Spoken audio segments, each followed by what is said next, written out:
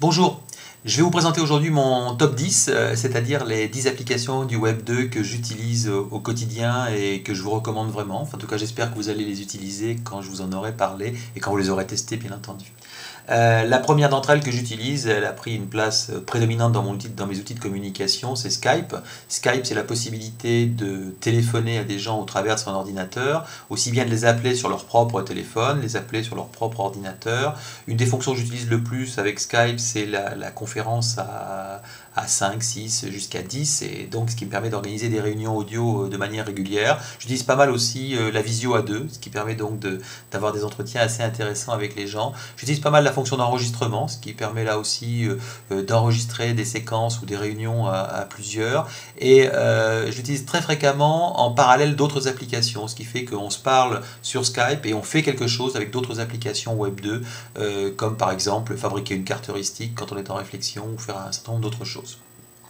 Deuxième outil, c'est NetVibes. NetVibes, c'est un peu mon portail d'informations au quotidien. C'est là-dessus que je mets tous les flux d'informations qui me servent, c'est-à-dire ça sert un peu d'agrégateur. Et c'est ce qui me permet d'avoir en un coup d'œil tout ce qu'il y a d'important qui s'est passé dans l'environnement des choses qui m'intéressent.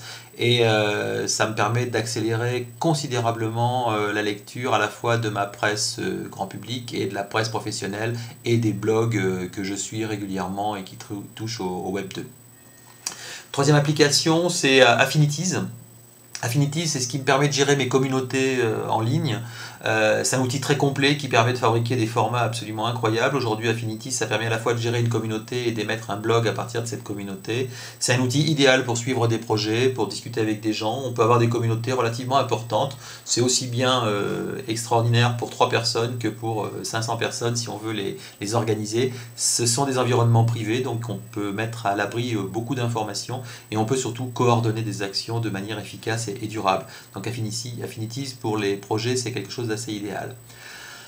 Un outil assez nouveau dans ma panoplie d'outils, c'est Tumblr. Tumblr, c'est une espèce de blog simplifié.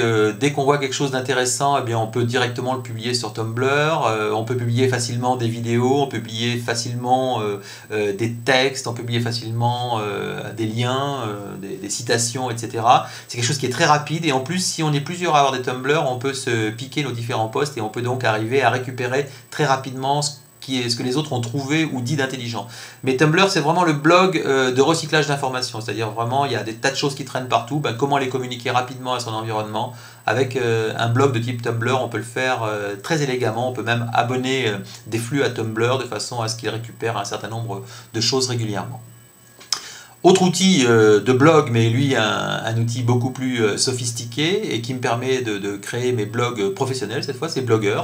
Blogger qui est un très élégant outil de blog qui permet surtout d'écrire des blogs à plusieurs mains, qui permet aussi d'avoir des blogs privés, c'est-à-dire des gens ne peuvent y accéder qu'avec leur identité.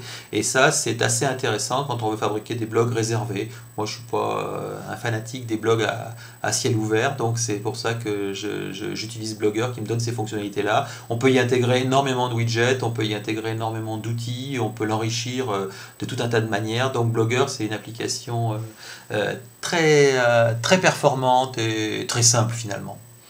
Un outil aussi que j'utilise depuis assez peu de temps, c'est Pounce.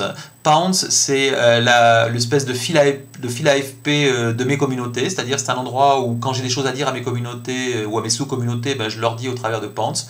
Ça se présente un peu comme un fil AFP, c'est-à-dire une espèce de liste dans laquelle on peut publier aussi bien des phrases, éventuellement des vidéos, éventuellement de l'audio, éventuellement des liens. Et c'est ce qui permet d'avertir les gens, et puis quand les gens réagissent, on le voit, et on a une espèce de continuum d'informations qui est beaucoup plus agréable que le mail, qui est tout à fait différent des logiques communautaires habituelles et en gros qui ne peut se comprendre que si on le vit.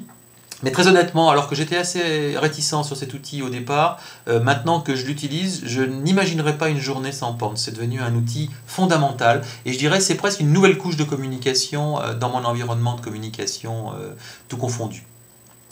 Wetpaint maintenant. Wetpaint c'est un wiki. Un wiki, ça permet de fabriquer des choses ensemble. Et là aussi, j'avais certaines réticences vis-à-vis des wikis parce qu'ils demandaient souvent d'avoir une certaine technicité. Ils demandaient certaines fois d'avoir un certain type de formule à remplir. Enfin, c'était pas hyper simple. Et Wetpaint, alors là, c'est vraiment simplissime, hein. On crée son Wetpaint, on crée son arborescence, on vient écrire dedans, on invite des gens, ils écrivent avec vous, on mélange nos informations, on peut même y intégrer des widgets à l'intérieur. Enfin, c'est un vrai bonheur, quoi. Cet outil est très, très efficace, très fiable. En tout cas, si vous voulez écrire quelque chose à plusieurs mains, c'est Wetpaint. C'est la grande différence entre un outil comme Wetpaint où on écrit à plusieurs mains et un outil comme Affinities, c'est que dans Affinities, on va discuter ensemble, alors que dans Wetpaint, on va structurer, fabriquer des choses ensemble, fabriquer des documents et finaliser des choses. Jotform maintenant. Jotform, c'est une plateforme qui permet de fabriquer des questionnaires, des formulaires, et ensuite de les intégrer soit dans son blog, soit dans son site, soit dans tout outil de communication qu'on peut avoir. Ensuite, il administre toutes les réponses et il vous envoie d'ailleurs un petit avertissement chaque fois qu'il y a une réponse avec la réponse qui a été donnée. Et c'est ce qui permet après d'avoir les statistiques. Il vous sort même la feuille Excel de toutes les réponses que vous avez faites. C'est assez extraordinaire pour faire des questionnaires, même des questionnaires assez sophistiqués.